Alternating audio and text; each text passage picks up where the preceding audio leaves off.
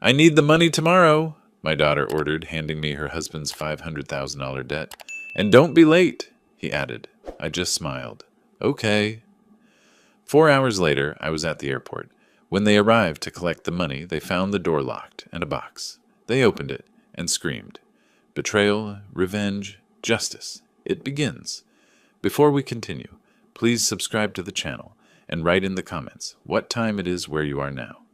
The doorbell rang 3 times in rapid succession, each chime more insistent than the last. I set down my bourbon and quarterly reports, already knowing who stood on my porch. Through the study window, I spotted their white Tesla Model S gleaming under the security lights. Emily only rang like that when she needed money. I walked through the marble foyer, past family photos that suddenly felt like artifacts from someone else's life. Emily at 5, missing her front teeth. Emily at 18, high school graduation. Emily at 28, her wedding day. Each image now seemed to mock my naivety. She stood there with that forced smile, the one that never quite reached her eyes anymore. Brandon loomed behind her, scrolling through his phone with the intensity of a man checking stocks or scores. Neither looked particularly happy to be here.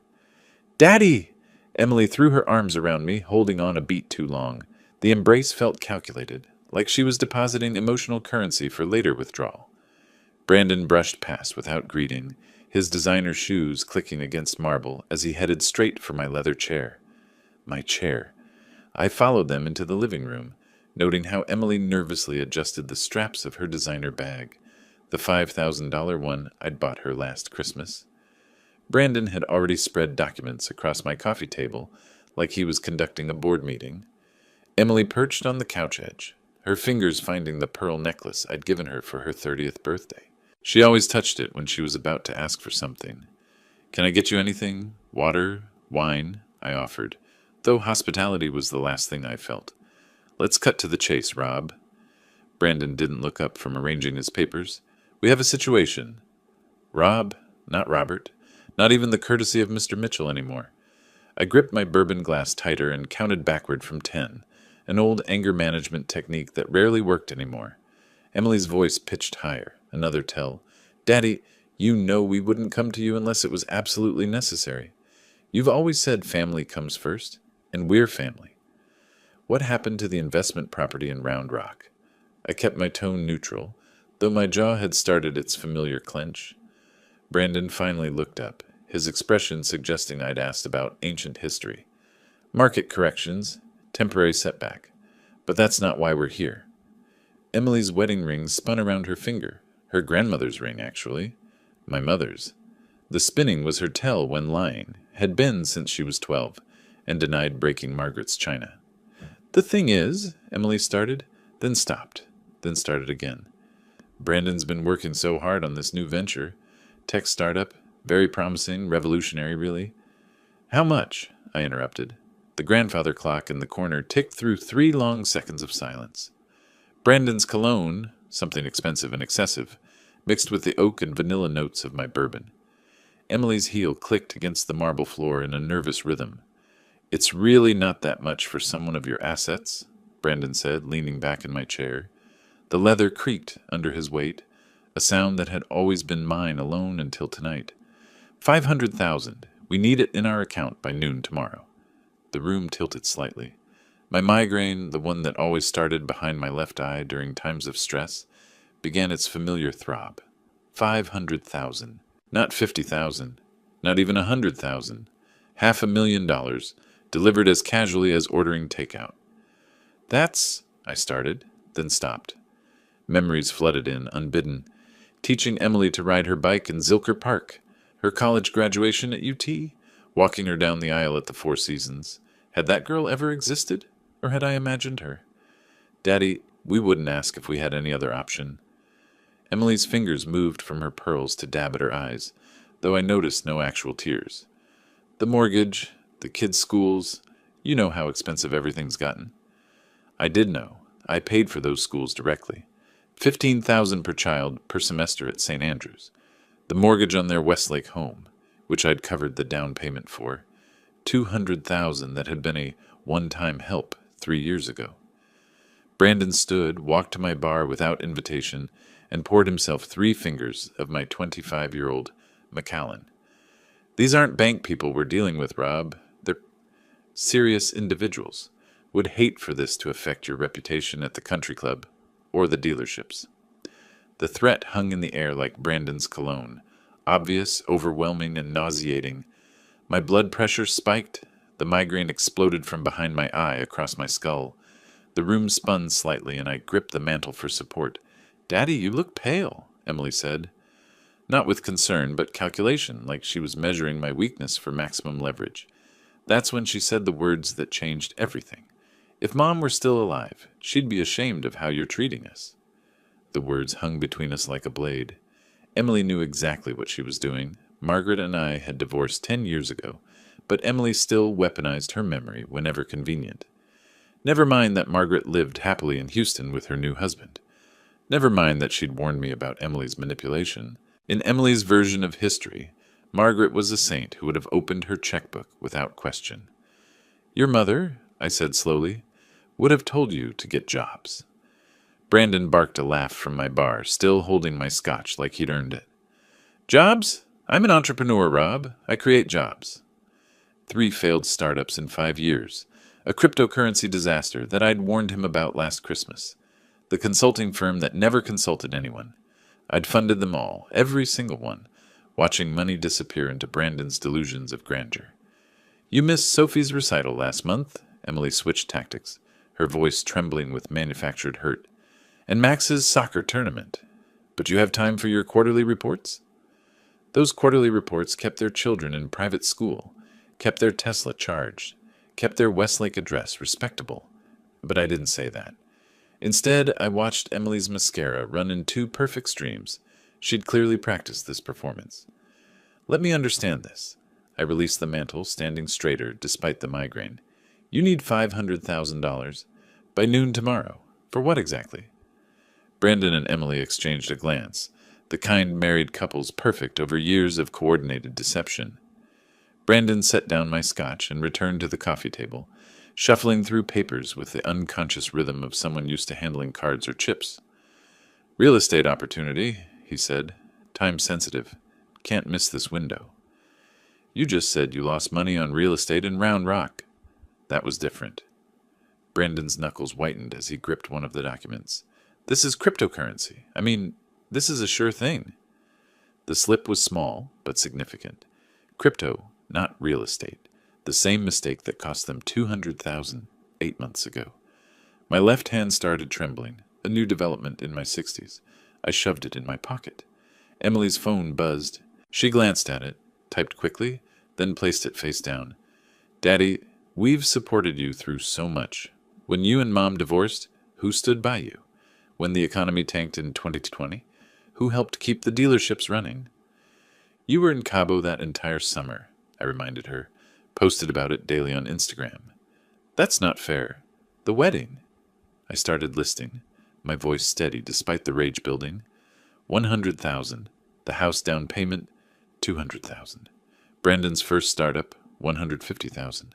The second, 80,000. The third. "That's ancient history," Brandon interrupted, standing now, trying to use his height advantage. "We're talking about our future. Your grandchildren's future." "The grandchildren whose tuition I paid directly to St. Andrews." Emily stood too, clutching her phone. The staged photo from her childhood, the one of us at SeaWorld when she was 7, suddenly appeared on the coffee table. She'd brought it as a prop. "These aren't just debts, Rob." Brandon stepped closer, close enough that I could see the small scar above his left eyebrow. "These are obligations. Serious people with serious consequences. By tomorrow noon, or things get complicated for everyone. Your reputation, the dealerships, that nice country club membership. Are you threatening me in my own house?" My voice dropped to barely above a whisper. "We're being honest about reality," Emily said, but her voice wavered. She'd never seen me this angry, this controlled. "Daddy, please, we need this. Tomorrow, noon. That's not negotiable." The room felt suffocating despite the central air running. My migraine pounded with each heartbeat. Brandon's cologne seemed to thicken the air. Emily's calculated tears had smeared her eye makeup into something almost theatrical. I looked at them both, my daughter who'd become a stranger, her husband who'd never pretended to be anything but a parasite. The grandfather clock chimed 9 times. Outside, suburban Austin continued its quiet evening routines, oblivious to the family destruction happening in my living room. "Fine." The word came out flat, exhausted. "Tomorrow. Now leave." Emily mistook my exhaustion for capitulation. She rushed forward, arms outstretched for another embrace. I stepped back, letting her arms fall empty. Brandon extended his hand for a shake, gripping too hard, establishing dominance he'd never earned. "We knew you'd understand," Emily said, gathering her designer bag and her staged photo. "Family first, right, Daddy?"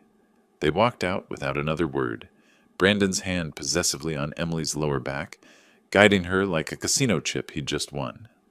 I stood in the doorway, watching their Tesla's distinctive whine fade down the street. The taillights disappeared around the corner onto Westlake Drive.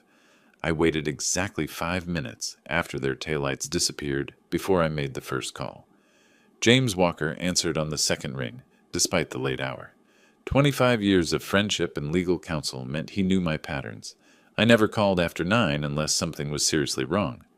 They finally crossed the line, didn't they? His voice carried no surprise, only resignation. "Noon tomorrow," they said. Like I'm an ATM with a withdrawal limit they've finally exceeded. "The house transfer paperwork is already filed," James said. I heard papers shuffling on his end. "They just don't know it yet. Emily's name was never on that deed, remember? You insisted on keeping it in your name when you paid their down payment." "What about Margaret?" I asked, walking back through my house, seeing it differently now, not as a home, but as a stage for tonight's final performance. "She's expecting your call. Says it's about time you stopped enabling them." I hung up and immediately went to my home office. The migraine had shifted from explosive pain to cold clarity. My laptop opened to an email confirmation from 3 weeks ago. "Villa Las Palmas, Costa Rica, March 17th through April 17th. Your reservation is confirmed." The retirement planning trip would now serve a different purpose. I called American Airlines, navigating the automated system with practiced efficiency. The morning flight could be moved to 6:45 a.m. First class still available. 1 passenger. My home safe opened with a combination I'd never shared, not even with Emily. Inside, organized in labeled folders, lay 20 years of financial documentation. Every check, every wire transfer, every loan. Brandon's signed agreement from December 2023, promising this would be the last request. Emily's Instagram posts from the past year, printed and dated, showing their lavish lifestyle while claiming poverty. Shopping sprees at the Domain, dinner at Uchi, weekend trips to Napa. I found an old Amazon box in the garage, ordinary and unremarkable. Inside, I arranged 3 document sets with a lawyer's precision. First, the deed to their house. Second, the complete loan history. $847,000 over 8 years, meticulously documented. Third, the legal notices James had prepared months ago, hoping we'd never need them. At the bottom, I placed a USB drive containing tonight's security footage. The cameras I'd installed after a break-in 2 years ago had captured everything. Emily's rehearsed tears, Brandon's threats, their coordinated manipulation. On top, I placed a single note. "You wanted it tomorrow. Here's what you're really getting." The packing took 30 minutes. 2 suitcases, efficiently filled with tropical weight clothing, essential documents, medications. My dealership manager, Jake, received a brief email. "Family emergency. You're in charge. Details to follow." I stood in the hallway, looking at the family portrait we'd taken 5 years ago at Laguna Gloria. Emily's smile looked genuine then, or maybe I just wanted to believe it was. I lifted the heavy frame off the wall, turned it backward, and rehung it. The blank canvas back seemed more honest somehow. In my bedroom, I removed my University of Texas class ring, the one Emily used to play with as a child, pretending she'd wear it someday. It went into the box with everything else. The migraine had completely faded now, replaced by something closer to anticipation. My phone showed 3 text messages from Emily. I deleted them without reading. Brandon had called twice, probably to reinforce tomorrow's deadline. The voicemails could wait forever. I made one more call, this time to Margaret in Houston. She answered immediately, as if she'd been waiting by the phone. Robert? James called me. Are you really doing this? Should have done it years ago.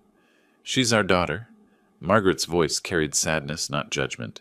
But she's not the daughter we raised anymore, is she? No, she's not. The Costa Rica place? You'll be safe there? It's a vacation, a long one. Jake can handle the dealerships. The lawyers can handle everything else. Margaret was quiet for a moment. You know she'll try to find you.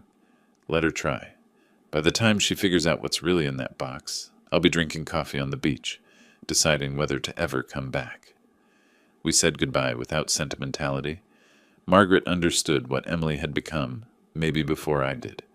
Mothers always know. At 11:30 p.m., I stood in my dark kitchen, drinking water and studying the refrigerator covered in my grandchildren's artwork. Stick figures labeled Grandpa and Me Fishing at Lake Travis, a crayon drawing of my dealership with Grandpa's work scrawled beneath. I carefully removed the fishing picture, folded it, and placed it in my wallet. The children weren't responsible for their parents' choices. I set the box on the porch table where they'd be sure to see it. The doorbell camera would capture their reaction when they opened it at noon, expecting a check and finding instead the complete dismantling of their illusions. The alarm was set for 4:30 a.m., 6 hours until my new life began, 6.5 until theirs fell apart. The alarm cut through darkness at exactly 4:30 a.m. No snooze button, no hesitation. I'd trained myself over 32 years of early dealership meetings to wake instantly, and today that discipline served a different purpose. The coffee maker gurgled to life, already programmed the night before. Colombian dark roast, the kind Emily always complained was too strong when she still visited for breakfast. The ceramic mug warmed my hands, an anniversary gift from her 10 years ago when she still remembered such dates. Through the kitchen window, Austin's skyline began its slow awakening, office buildings lighting up floor by floor while most of the city still slept. I moved through my house with deliberate precision, documenting each room like a detective at a crime scene. The master bedroom still held Margaret's mother's portrait. Emily had always wanted it, never asked nicely enough to receive it. Her childhood room, long since converted to an office, still displayed her high school trophies. State debate champion, National Honor Society, the daughter I'd raised versus the stranger who demanded money 12 hours ago. The pool area looked serene in the pre-dawn light. I'd taught Emily to swim there, her fearless splashing at age 4. Last July, Brandon had gotten drunk at our 4th celebration, fell in fully clothed, then blamed me for the pool's placement. Even then, I'd written the check for his ruined designer watch. The Bentley purred to life in the garage. I chose it over the Tesla. Brandon had too many memories in that car, too many assumptions about inheritance. The streets of Westlake Hills lay empty except for garbage trucks, beginning their Saturday routes. I drove past Emily's neighborhood, every house dark, peaceful. They were sleeping, probably dreaming of ways to spend my money. The radio played classic rock, and the Eagles' Take It Easy filled the cabin. The irony wasn't lost on me. At the intersection of Bee Cave and Walsh Tarleton, I considered calling Margaret, but decided against it. James would handle that conversation better than I could. Mopac stretched ahead, nearly empty. I passed 3 of my dealerships, their lots full of inventory that would soon be Jake's responsibility. The flagship location still had my photo in the lobby. That would need changing. Near 5th Street, I noticed Brandon's favorite bar, the Velvet Room, where his gambling connections congregated, where this whole disaster had really started. Construction on Congress forced a detour through 2nd Street. The city I'd built my business in for 3 decades looked different in the pre-dawn darkness, like a stage being set for a play I'd no longer attend. James's office occupied the 42nd floor of the Frostbank Tower. At 5:30 a.m., the building stood mostly empty except for security and the obsessively ambitious. James waited in the conference room with Sophia Chen, his paralegal, documents spread across the mahogany table with military precision. A box of Krispy Kreme donuts sat in the center, our tradition for major deals since 1999. "You look surprisingly rested," James observed, sliding the power of attorney across the table. "First good night's sleep in months." I signed with my father's fountain pen, the one Emily didn't know existed. "Limited scope, I see. 60-day expiration, only property transfers and financial restructuring. Can't have you selling her organs after all. His attempted levity fell flat. We both knew this was necessary surgery, not revenge. Sophia presented the property documentation with clinical efficiency. The interesting part, Mr. Mitchell, is the timing. The transfer was actually executed yesterday at 4 p.m., before they came to my house. 3 hours before. Emily's house has been legally yours since she signed those papers in 2020. She never read past the second page. The irony was perfect. While Emily had been driving to my house to demand money, she'd already lost her biggest asset. The house she posted about constantly on Instagram, the symbol of her success, had never been hers at all. The financial lockdown, I asked, executed at midnight. Joint accounts frozen. Credit cards in your name suspended. The children's tuition remains on autopay through December. We're not punishing them. James produced another folder, thicker than the rest. The nuclear option, as we discussed. Inside lay transcripts of Emily's text messages to friends, calling me a walking ATM and too pathetic to say no. Brandon's signed promissory note from 2023, swearing this was the last time. The USB drive containing last night's security footage, their entire performance captured in high definition. The prenup Brandon signed, James continued, includes a gambling addiction clause, page 47, subsection 3. He doesn't know? His lawyer was too drunk to read that far. Showed up to the signing smelling like bourbon at 2 p.m. Sophia looked uncomfortable. Mr. Mitchell, this is remarkably thorough. 5 years of preparation, I replied. I kept hoping I'd never need it. James produced an identical Amazon box to the one on my porch. Insurance? If she doesn't find yours, this goes to her office Monday, along with these. He revealed photos, Brandon at the casino last week. The timestamp clear, the losses visible on his face. Margaret knows? I asked. She's known for months. Helped to document everything. She's as tired of enabling Emily as you are. The Costa Rica property, purchased through the Cayman entity, completely protected. Even if Emily gets ambitious with lawyers, she can't touch it. I signed the last document, my hand trembling slightly on Emily's trust fund termination. 20 years of planning for her future, dissolved with one signature. James noticed the tremor. Bourbon? He gestured to his desk drawer, another tradition. No, need a clear head for the flight. At 6 a.m. sharp, I stood and shook James's hand. His grip conveyed understanding, sympathy, and determination. The elevator descended alone, each floor marking distance from my old life. The valet already had my Bentley running. I handed him a $100 bill and an envelope. Jake Martinez will pick this up Monday. The young man nodded, confused but professional. I drove toward the airport as the sun broke the horizon, painting Austin's skyline gold. My phone buzzed, Emily calling earlier than expected. The last time I'd hear that ringtone without choosing to answer. Highway 71 stretched toward Austin Bergstrom International as the sunrise painted the hills copper and gold. The familiar route felt different this morning, each landmark a goodbye. Manuel's taco truck was setting up at the Riverside intersection where I usually stopped for breakfast tacos. Not today. NPR discussed a local businessman's expansion plans, my own dealership group, ironically, though they wouldn't be mine much longer. Emily called 3 times in rapid succession, then Brandon once. Each ringtone felt like a countdown. 10 years ago, that sound would have made me answer immediately, worried something had happened to the grandchildren. Now I recognized it for what it was, the sound of entitlement demanding its due. Mental inventory while merging onto 183. Jake had run the Saturday operations for 5 years. He'd managed fine. The property management company had their instructions and 6 months' payment in advance. The grandchildren's school tuition would continue through December. They shouldn't suffer for their parents' choices. Everything else had ceased to be my responsibility at midnight. The airport's south terminal emerged from morning mist. The valet stand wasn't busy yet, just 2 attendants preparing for the day's rush. Tommy, who'd parked my cars for 3 years, looked surprised. "Early flight, Mr. Mitchell?" "Change of plans." I handed him the keys and an envelope. "Jake Martinez will pick this up Monday. His information's inside." "Everything all right, sir?" "Better than it's been in years." I didn't look back at the Bentley. That car had driven Emily to her wedding, Brandon to countless bars, me to endless ATM withdrawals. Let Jake decide what to do with it. The first-class counter stood empty except for Michelle, who'd checked me in for dozens of business trips. Costa Rica today, Mr. Mitchell? I have you on the 6:45 to San Jose? That's right.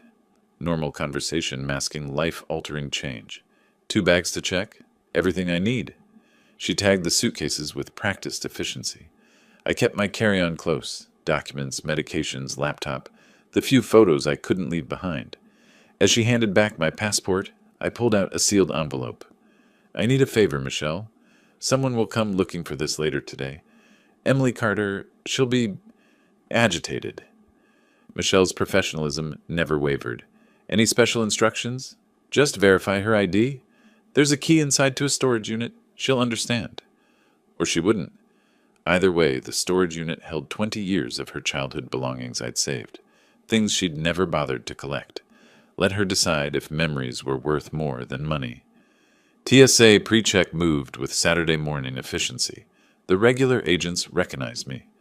Where to today, Mr. Mitchell? Somewhere warmer. Business or pleasure? Neither. Personal matter. Through the scanner, belt off, shoes in the bin. The mundane ritual of modern travel felt surreal against the backdrop of deliberate life demolition. I collected my belongings, each item returning to its designated pocket except my phone, which stayed off. Austin Java appeared at gate 14, and muscle memory guided me to the counter. The barista, Kelly according to her name tag, smiled with morning enthusiasm. The usual? Medium dark roast, no room? Make it a large today. Special occasion? You could say that. I sat at the gate, the coffee warming my hands like my mug at home had 2 hours ago. My phone showed its final statistics before I powered it completely off. 7 missed calls from Emily, 3 from Brandon, 12 text messages, 2 voicemails. Emily's last text caught my eye. Dad, call me back, having weird dreams about money. I typed a response. Dreams and reality are often different. Deleted it. Typed again. Check the porch. Deleted that too. Finally typed, ask James Walker. Then deleted that as well. Instead, I powered the phone off, removed the SIM card, and dropped both in the nearest trash bin. The investment phone could become someone else's problem. First-class passengers for Flight 447 to San Jose, Costa Rica, now boarding. The gate agent scanned my boarding pass with a practiced smile. The jet bridge stretched ahead, each step lighter than the last. The flight attendant welcomed me to seat 2A, window, left side. I accepted the offered champagne, unusual for 7 in the morning, perfect for this moment. Other passengers filed past. A honeymoon couple, giggling and touching constantly, reminded me of Margaret and myself 35 years ago. A business traveler typed frantically on his laptop, chasing some deadline that seemed monumentally important. That had been me once, building an empire for a daughter who'd only seen ATM codes. An elderly woman settled in 3C with knitting needles and yellow yarn, like Emily's grandmother used to do before the arthritis won. Excuse me? A familiar voice made me freeze. Margaret stood in the aisle, designer luggage in hand, looking exactly as composed as she had during our divorce proceedings. She settled into 2B. Across the aisle, close enough to talk, far enough to maintain boundaries we'd established a decade ago. James called, she said simply. Thought you might need backup. It's not your fight anymore. Hasn't been for 10 years, but she's still my daughter. Someone should be there when she lands. There? I bought the condo next door 6 months ago. James really is thorough. Found it, negotiated the price, handled everything. I've been planning this as long as you have. The captain's voice interrupted. Slight delay for our final passenger. My chest tightened. Emily? Had she figured it out early? Brandon? The door opened, but it was just a harried businessman, apologizing as he squeezed past to economy. Did you tell her? I asked Margaret. Tell her what? That her father finally stopped enabling her? That her husband's a parasite? That she became exactly what we swore she'd never be? No, Robert. She'll figure it out herself. Today, actually. The door closed with pneumatic finality. 7:05 a.m. Pushback. 7:15 a.m. Engines roaring to life. Acceleration pressing me back into leather that didn't smell like Brandon's cologne or Emily's perfume. Austin shrank below, the hills and lakes I'd called home for 30 years becoming abstract geometry. Somewhere down there, Emily's alarm was going off. In 4 hours, she'd arrive at my empty house. In 5 hours, she'd find the box. In 6 hours, my old life would be completely dismantled. The flight attendant appeared with breakfast menus. Business or pleasure? I considered the question. Neither. It's justice. Margaret laughed, the first genuine laugh I'd heard from her in years. That's the Robert I married. Welcome back. Below, Texas disappeared under clouds. At exactly noon, when Emily expected $500,000, I was having lunch above the Caribbean. Margaret reading beside me. Both of us finally free from the daughter we'd loved and lost years before the money ran out. I learned what happened next, the way I learned most things about Emily's life, secondhand, through cameras and witnesses. A father watching his daughter's life like a documentary he couldn't turn off. James sent me the security footage 3 days later. I watched it on my laptop from the Costa Rica balcony, Pacific waves providing an oddly peaceful soundtrack to my daughter's meltdown. The timestamp showed 12 p.m. exactly when the first text arrived. Your transaction has been completed. That was James, confirming the house transfer had been recorded. At that exact moment, I was ordering ceviche, and Emily was probably still sleeping off whatever Brandon had bought with my previous loan.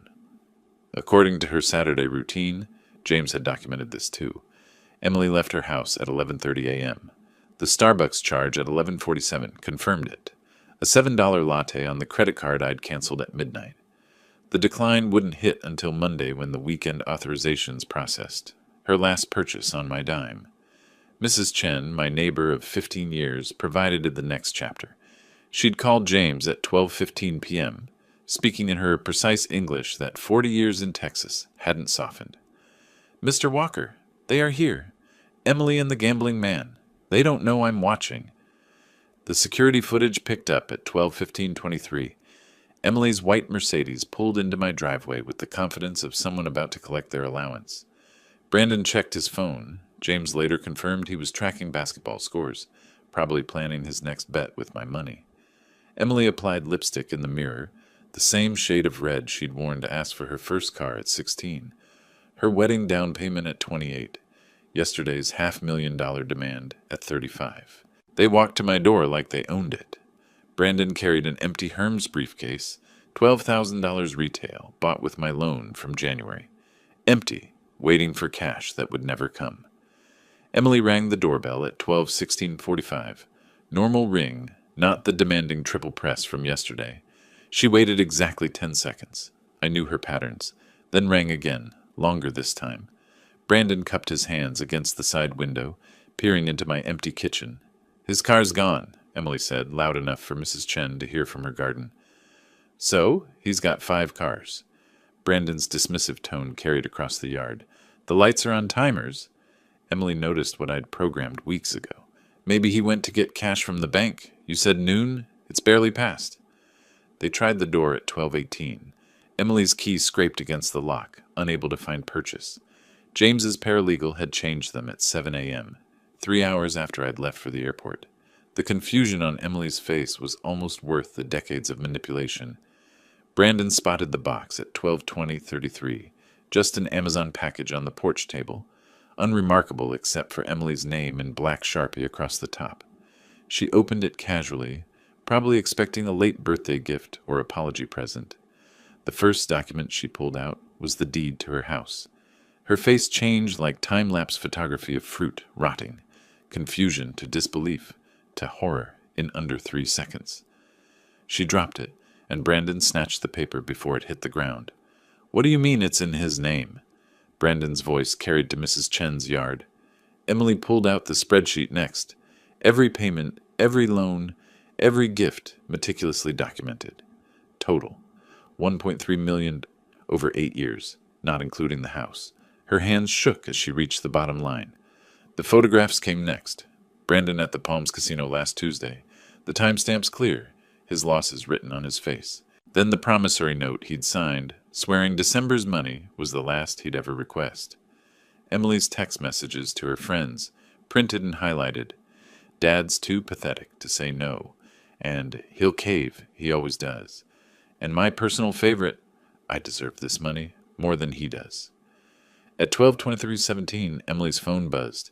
The first credit card decline, then another, then another. Chase, American Express, the Nordstrom card, all suspended, all in my name, all canceled at midnight while she slept. Brandon tried calling someone at 12:24. His bookie, James discovered later, who informed him that credit extensions required collateral, not promises. Emily collapsed onto my porch steps, her designer dress crumpling against concrete I'd had resurfaced last summer. She found the USB drive at 12:25:44, plugged it into her phone with trembling fingers. Her own voice echoed from the speaker, tinny but clear. Just take whatever he gives you. He's too pathetic to say no. Then Brandon's voice. These aren't bank people, Rob. They're serious individuals.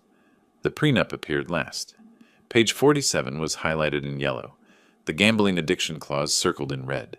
Immediate forfeiture of marital assets if gambling debts exceeded $50,000. Brandon had passed that threshold 3 years ago.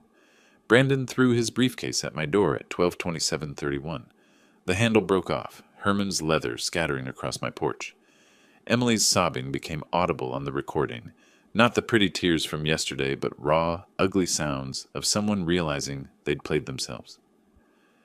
Mrs. Chen emerged at 12:28, all 4 feet 11 inches of her, holding her phone like a weapon.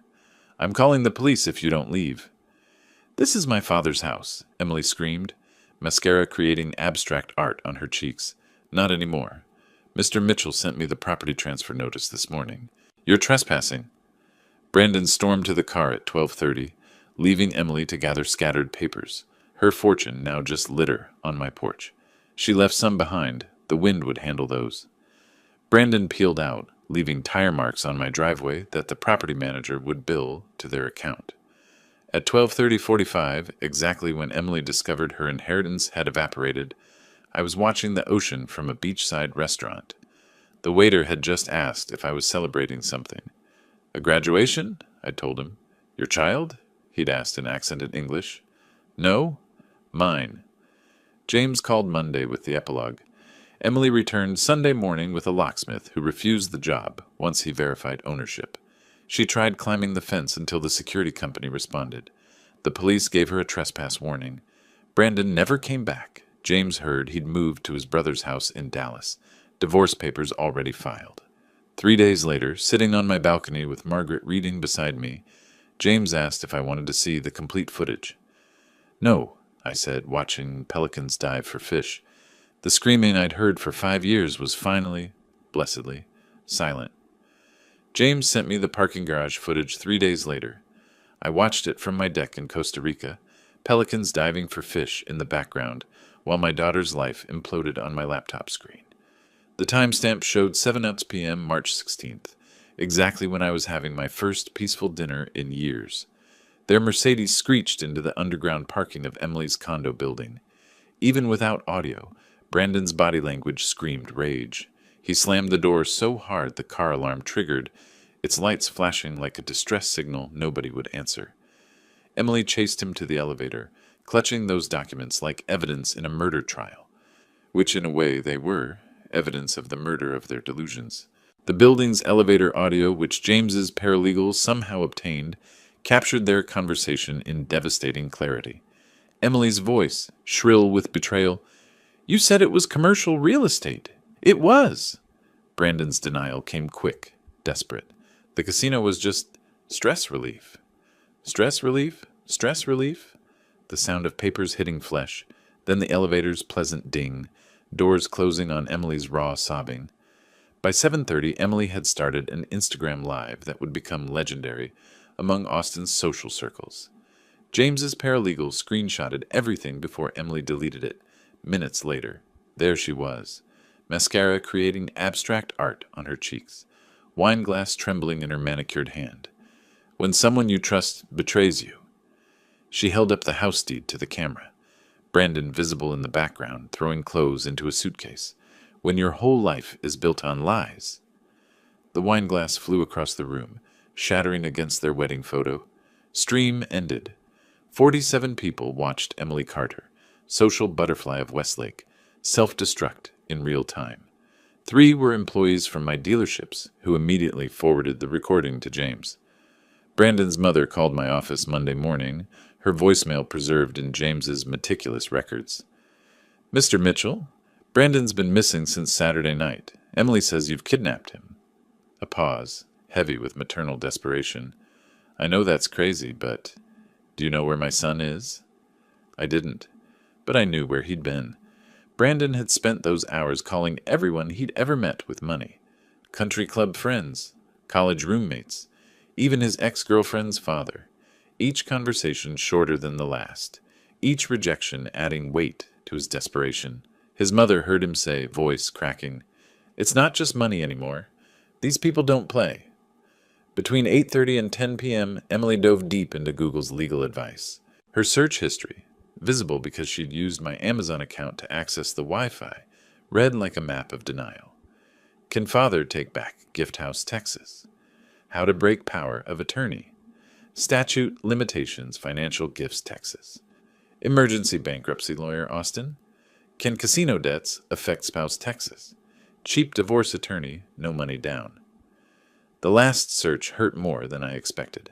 Not because she wanted to divorce Brandon, that was overdue, but because she immediately went looking for someone else to fund it.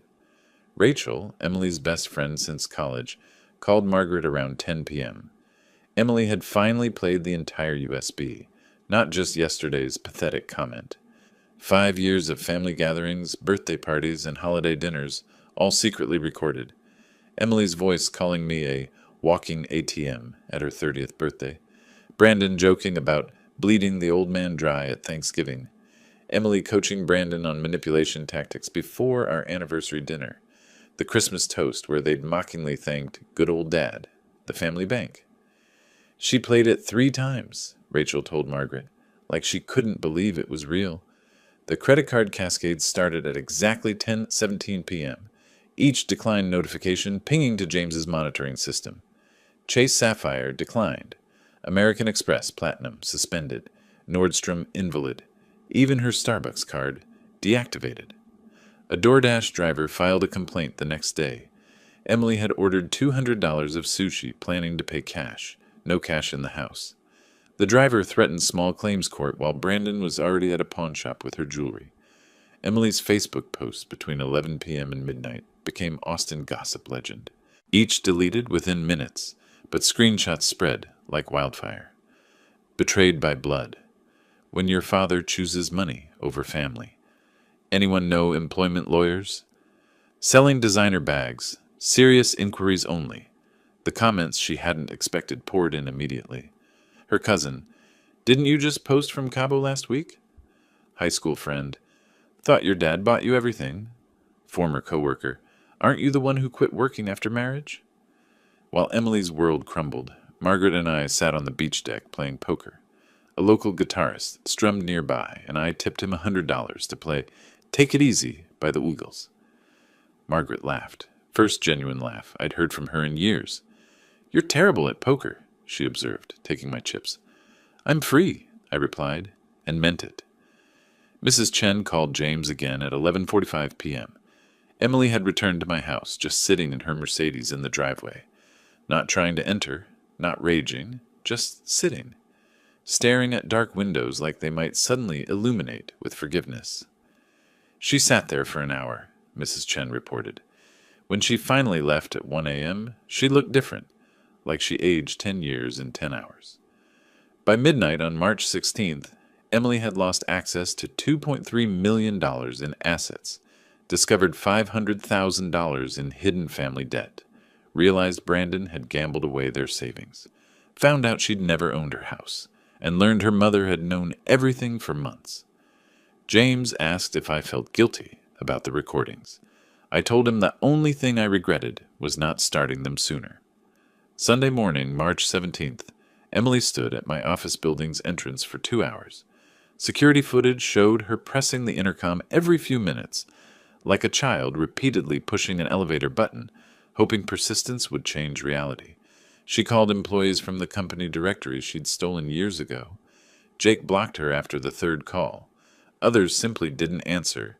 By noon, she'd moved to Austin Bergstrom International, the same terminal where I'd dropped her off for college visits, where I'd welcomed her home from her honeymoon. Now she was there as a detective, desperately seeking clues to my escape. TSA wouldn't provide passenger information. American Airlines required a warrant. When she claimed family emergency, they checked their system. Passengers specifically requested no contact, the agent informed her. James had video from airport security, Emily's face crumbling at those words. Her Uber receipts that afternoon, the last rides before the account cut off, traced a map of desperation across Austin. Robert's Golf Club, membership revoked, entry denied. Morton's Steakhouse, where we'd celebrated every major deal. Haven't seen Mr. Mitchell lately. Even my barber shop on South Congress, though it was closed Sundays. She stood outside, peering through windows like my hair clippings might reveal my location. Monday, March 18th became Emily's legal education day. 4 law firms, 4 identical consultations. Each lawyer's expression shifted from interest to sympathy as they reviewed the documents. "These are ironclad," said the first. "You'll need a $10,000 retainer," said the second. "Do you have access to funds?" asked the third. The fourth just shook his head. The dealership confrontation at 3 p.m. made it onto employee social media. Emily stormed into the flagship location on Research Boulevard, demanding answers from Jake. Jake Martinez, 6'4" former Marine, remained perfectly calm as she screamed about kidnapping, elder abuse, and theft. When she threw her coffee at the glass door, customers started recording. The brown stain would remain for 3 days. Jake left it there on principle. Brandon's mother's voicemail at 5 p.m. carried a mother's worst fears. "Mr. Mitchell, Brandon's been missing since Saturday night. Emily says you've kidnapped him. I know that's crazy, but do you know where my son is?" Tuesday, March 19th, the real creditors arrived. Not bank representatives in polyester suits, but 2 men in Italian leather who knocked politely and spoke softly. They left a business card with just a phone number. No threats, no violence, just the weight of unspoken consequences. Emily called Brandon 47 times. His phone had been off since Saturday. Her Instagram stories that afternoon, screenshot by her sorority sisters, documented the pawn shop tour. Designer bags worth $30,000, $8,000 cash. Jewelry worth $50,000, except the wedding ring, $15,000 cash. Brandon's 3 abandoned watches worth $40,000, $12,000 cash. Still $465,000 short of what they needed. That evening, Margaret took Emily's call. She recorded it with legal permission, knowing I'd need to hear it eventually. "Mom, did you know?" Emily's voice sounded younger, almost childlike. "About Brandon's gambling? 6 months ago? Why didn't you tell me? Would you have listened?" Silence. Then, "I need money." "So did I during the divorce. You said I should be independent." The call ended with Emily's sob, cut short by Margaret's disconnect. Wednesday, March 20th. Emily entered James's office wearing the same designer dress from her Cabo Instagram posts the week before. The irony wasn't lost on James, who noted it in his report. Same conference room where I'd signed the papers. Same chair where Brandon had spread his lies. James showed her everything with clinical precision. Power of attorney predating her emergency. The house deed trail, her signature from 2020, never reading past page 2, gift tax returns proving every dollar was a gift, not a loan. Brandon's promissory note, his signature bold and undeniable. "He's my father." Emily's desperation cracked her voice. "He has to help me." "Legally, he doesn't." "What about grandchildren support?" "Trust funds in their names only. Untouchable until 18. "This is elder abuse." "He's 62, sound mind. Left voluntarily." James accidentally left Brandon's credit report visible on his tablet. Emily's eyes widened as she absorbed the full catastrophe. $500,000 in gambling debts. $200,000 in personal loans she'd never known about. $100,000 in credit cards he'd hidden. Even an attempted second mortgage on her house, denied due to ownership issues. The final envelope slid across the mahogany table with whispered promise. Mr. Mitchell authorized one final gift. Inside, a $10,000 cashier's check and a note in my handwriting. "For a fresh start, Dad." Emily tore it in half. The pieces fluttered to the carpet like dead leaves. She immediately asked if there was another. There wasn't. There never would be. Meanwhile, I was learning Spanish from children on the beach. Roberto El Rico, they called me, laughing as I mangled pronunciation. My blood pressure had dropped 20 points. I slept 8 hours straight. Hadn't thought about Emily in 2 days until Margaret mentioned her. Wednesday night, James reported. Emily left my office at noon. Security footage shows her sitting in the lobby until the building closed at 9 p.m. The guard said she asked if you ever talked about her. He lied, said yes, said you spoke fondly. She said, "Thank you," and left. That night in Costa Rica, I dreamed about teaching Emily to ride her bike again, but this time, when I let go, she kept pedaling away until she disappeared. The Austin American-Statesman article arrived in my inbox April 3rd. Local businessman missing after financial scandal. Brandon Carter, 38, hadn't been seen since March 19th. Wife filed missing person report. Police found no evidence of foul play. His car at airport long-term parking, ticket to Vegas, purchased but never used. The creditors returned to Emily's condo April 5th. More insistent this time, according to the police report Emily filed. They left a photo from February, Brandon at the casino, markers scattered on the table, owing $500,000. Emily requested a restraining order. The judge asked about the money owed. Order denied. Her garage sale that weekend became neighborhood entertainment. The Facebook group posts, forwarded by James's investigator, painted a portrait of decline. Moving sale, everything must go. Furniture that once hosted charity galas. Brandon's golf clubs, custom fitted, sold for $200. Wedding china, Waterford crystal, $50 for the complete set. Her wedding dress preserved in acid-free tissue, no takers at any price. A neighbor posted, "Sad. A year ago she hosted that autism charity gala here, raised $50,000. By mid-April, Emily's job applications flooded Austin's employment market. 47 positions in 2 weeks, tracked through LinkedIn.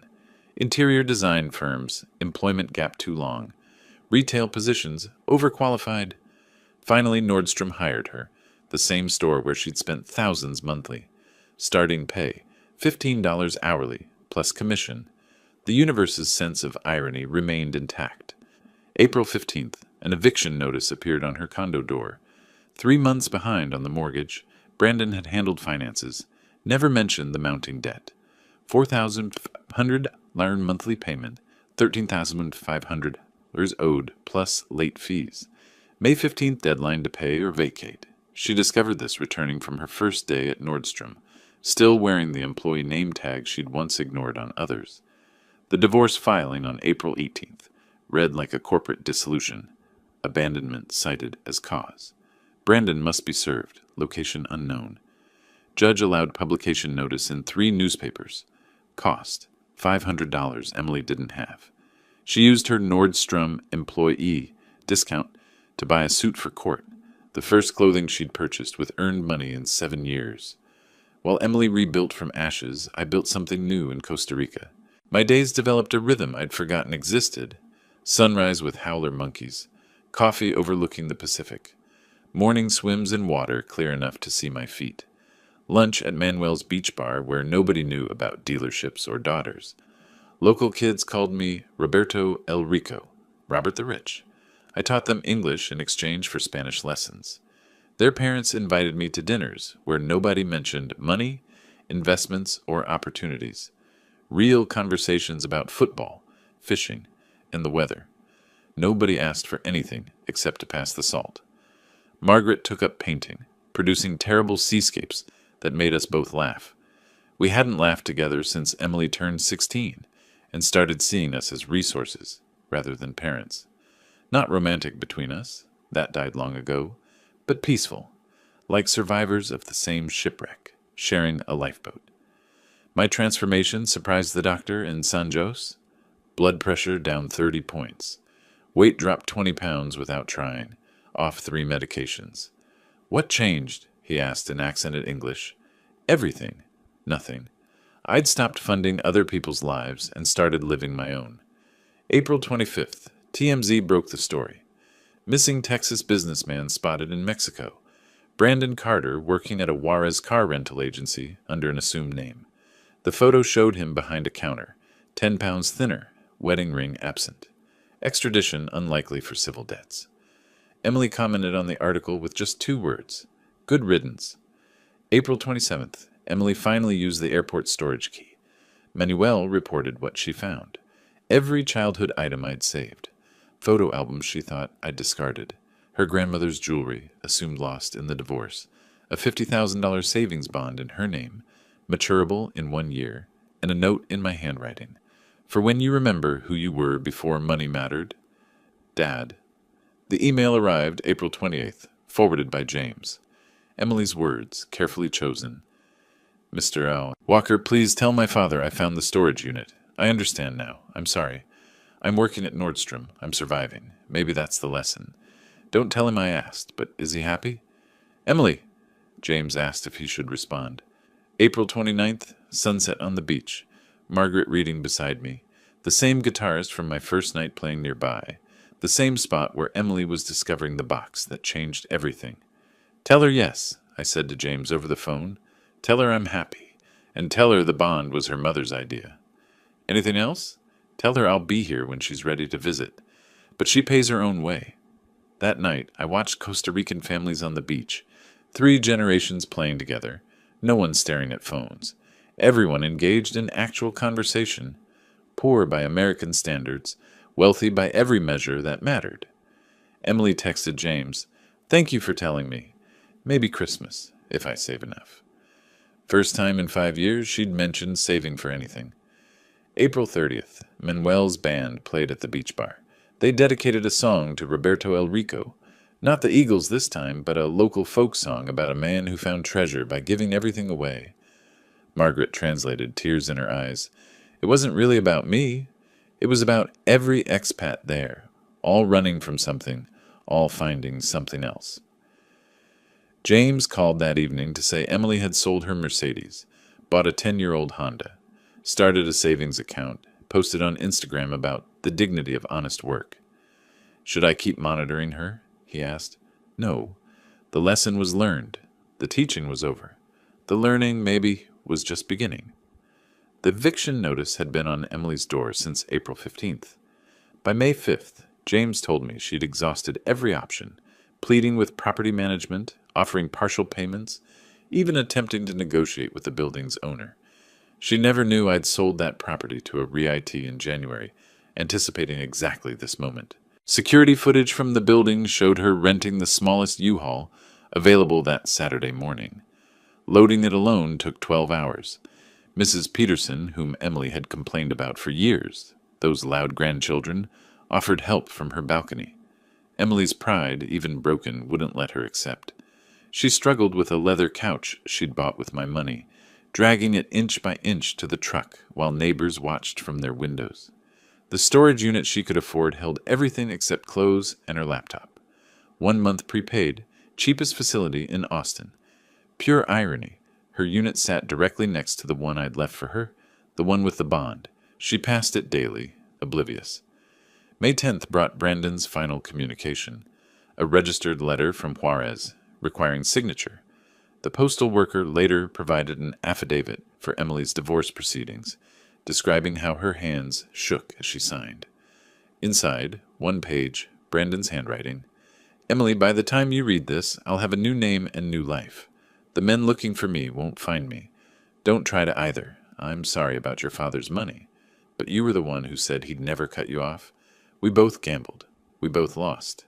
The prenup your dad made me sign means you get nothing from me anyway. Consider us even. B. Her Nordstrom manager called James out of concern. Emily didn't show for 3 days. When she returned, she'd dropped 10 pounds, her eyes hollow. The manager nearly fired her. For the first time in Emily Carter's life, she begged, actually begged, kept the job by promising perfect attendance going forward. May 15th, eviction day. Emily's new address, a studio apartment above a taco shop on East Riverside. Same neighborhood she'd called sketchy when visiting college friends. 400 square feet. Window AC unit rattling like dice in a cup. Shared laundry in a basement that smelled of mildew. $700 monthly, cash only, no credit check.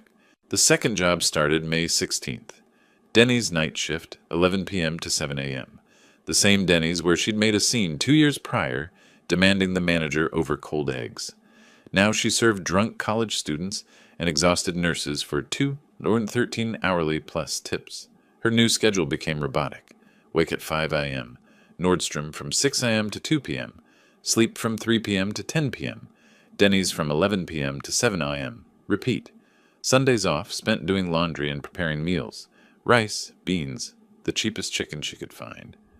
Margaret visited May 24th. She called me that evening, her voice careful. Emily had hung one item on the studio's water-stained wall, our photo from her college graduation. The designer clothes were gone, replaced by Walmart basics. 20 pounds lost, cheekbones sharp as accusations. Their conversation, as Margaret recounted, "I helped your father plan this. I know. Are you angry? I was. Now I'm too tired to be angry. The bond was my idea. Insurance for when you hit bottom. This is bottom? No. Bottom is when you stop blaming everyone else." Emily's admission came slowly, like pulling teeth. "I was a terrible daughter." "You were a spoiled daughter. There's a difference. Is there?" "Terrible can't be fixed. Spoiled can be outgrown." Memorial Day weekend arrived with Austin's typical heat. Emily worked a double at Nordstrom, time and a half for holiday pay. Denny's afterward was slammed with drunk partiers. She made $300 in tips in one night, the most money she'd touched since March. The Denny's security camera captured her at 7:15 a.m., May 31st, sitting in her Honda counting tips. Crying. Not the manipulative tears I'd seen so often, but something raw. She later wrote to James that it was the first money she'd truly earned. No manipulation, no family name, no expectations. Just work. Her phone records showed a text, typed but never sent. "Dad, I made $300 tonight. By myself. I know you won't see this. I know you're gone. But I wanted you to know. I'm starting to understand." She deleted it, but the phone company's records remained. Meanwhile, in Costa Rica, the rainy season had started. I'd begun teaching English at the local school, volunteer work. The kids called me Teacher Roberto. Nobody knew about my money. Margaret painted terrible landscapes, selling them to tourists for $20, donating proceeds to the school. We ate dinner together most nights. Simple food, rice, fish, plantains. Better than any country club meal. James sent his last update. Emily's working 2 jobs, living in studio, surviving. My reply, stop monitoring. She needs to do this alone now. May 31st, midnight. Emily started another Denny's shift. Memorial Day crowd filtering in. She tied her apron, picked up her order pad, approached a table of drunk fraternity boys, the type Brandon would have pledged with. "Welcome to Denny's. What can I get started for you?" One recognized her, his voice loud with surprise. "Emily? Emily Carter? From the country club?" She didn't flinch. "That's me. Now what can I get you?" James told me later that was the moment, serving pancakes to people who knew her former life, that Emily stopped being my daughter and started becoming herself. June had brought Austin's full summer heat, and Emily had found her rhythm. Nordstrom customers started requesting her specifically. She'd become genuinely helpful rather than judgmental. The Denny's night shift nurses tipped extra because she remembered their coffee preferences without asking. No sugar for Beth, extra cream for Susan, decaf for Maria, who was trying to quit. Her coworker at Nordstrom told James that Emily was down to size 4 from size 10. Not from dieting, from working. Walking miles daily across retail floors, carrying loaded trays all night, eating only what she could afford. Her cheekbones could cut glass, but her eyes had gained something they'd never held before. Awareness. Sundays followed a strict routine. Laundromat at 6 a.m. when it was empty. Grocery shopping at the Asian markets on North Lamar, where produce cost half of Whole Foods prices. Meal prep in her tiny kitchen with one working burner. Then, unexpectedly, the library. She'd started reading financial literacy books, taking notes in a composition notebook like a college student. June 10th, Tuesday. Emily checked her mail in the apartment building's lobby. Usually bills, credit card offers for people with good credit she no longer had. This time, a cream envelope with no return address. Costa Rican postmark. Her hands shook as she recognized my handwriting. She sat on the lobby stairs, couldn't wait to reach her apartment. 3 pages of my careful script. the same writing that had signed birthday cards and checks for 35 years. The letter read, "Emily, I'm writing this on a beach in Costa Rica. A little girl here reminds me of you at 7, fearless, curious, demanding the world bend to her will. The difference is she's also grateful. I don't blame you for becoming who you became. I created you. Every time you cried, I wrote a check. Every time you demanded, I delivered. I thought I was loving you. I was actually crippling you. Your mother says you're working 2 jobs now. Good. Work teaches what inheritance never could. That money represents time, effort, sacrifice. Every dollar you earn carries weight my gifts never had. I'm not coming back to the man I was. That man was a checkbook with a heartbeat. But I might come back to meet who you're becoming. The storage unit key you found, that was your mother's insistence. She said you'd need something to hope for. The bond matures in April 2026. By then, you'll either have learned to live without it, or you'll still be the same person waiting for rescue. Either way, you'll have your answer about who you really are. I do love you. I always have. But love without respect is just pity. Earn my respect, Emily. More importantly, earn your own. P.S. Your grandmother would be proud of you working at Denny's. She was a waitress when she met Grandpa. You never knew that. I was too ashamed to tell you. Now I'm ashamed I was ashamed. Emily carried that letter in her apron pocket for the next week. Her co-worker at Denny's said she'd read it during breaks, crying in the bathroom. Not angry tears, but something deeper. She started asking co-workers about their families, their struggles, actually listening to the answers. She called Margaret about the grandmother revelation. Why didn't anyone tell me about Grandma? You never asked about anyone's struggle, only their success. What else don't I know? Everything that matters. The transformation showed in her Nordstrom performance review. Emily has become our top associate. Customers trust her. She relates to people saving for special purchases. She understands sacrifice now. They promoted her to department lead, $18 an hour, the first promotion she'd ever earned rather than been given. June 25th, Emily wrote back. 5 days, dozens of drafts. Margaret later shared excerpts. Dad, I'm writing this at 3 a.m. between jobs. My feet hurt. My back aches. I've never been happier. Not happy like champagne and shopping happy. Happy like I earned this sandwich happy. Happy like customers asked for me by name happy. Happy like I paid my own rent happy. I was so angry when you left. How dare you abandon me? Now I understand. You didn't abandon me. You freed me. From myself. From what we'd both let me become. Brandon is gone. Good riddance. He was my mirror, reflecting back my worst qualities. We were parasites feeding off each other's entitlement. When the host disappeared, we had nothing. I don't want your money anymore. That's not bravado. I need the bond to eventually get a better apartment. But I want it to be seed money for the life I'm building, not a rescue from the life I'm living. Come back when you're ready. Not to save me, just to see me, the real me. The one who is buried under designer labels and demands. P.S. I kept one thing from my old life. The photo of us at my graduation. You looked so proud. I want to earn that look again. The letter reached me, July 2nd, Independence Day week. Fitting timing. I read it on the beach while Margaret looked over my shoulder. She gets it, Margaret said. Getting it and living it are different things. Give her time. How much? How long did it take you to really change? I'm still changing. Exactly. June 30th, 11 p.m. Emily starting her shift. A regular customer, an elderly man who always sat alone, ordered his usual. Tonight he said something different. You look lighter, dear, somehow unburdened. Emily smiled, a real smile. I'm learning to carry my own weight instead of expecting others to carry it for me. He left a $20 tip on an $8 check.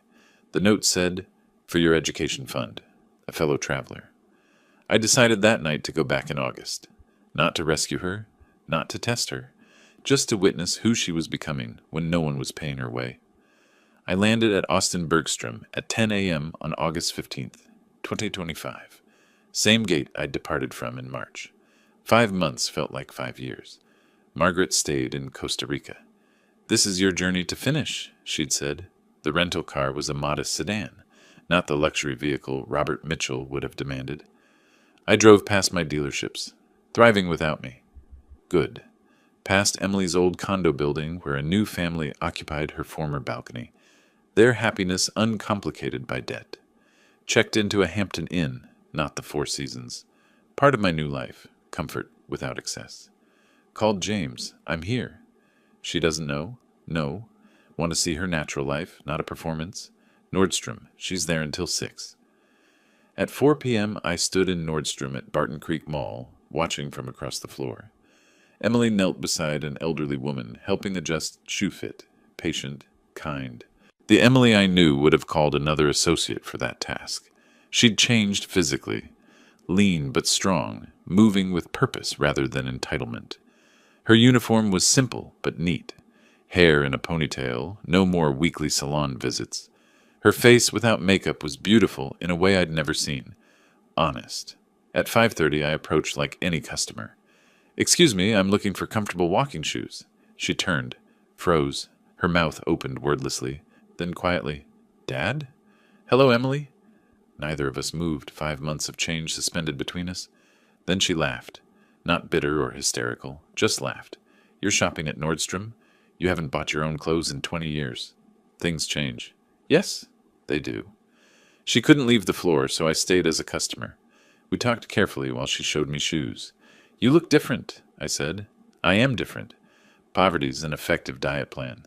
"It's not poverty, it's reality. Same thing when you're used to fantasy." She rang up the shoes, applying her employee discount without asking. Pride in small gestures. "I get off at 6, then Denny's at 11.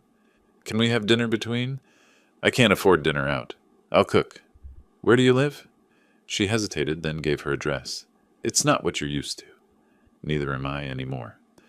At 6:30 I climbed the stairs to her studio. She'd changed from her uniform into worn jeans and a t-shirt, both clean but clearly second-hand.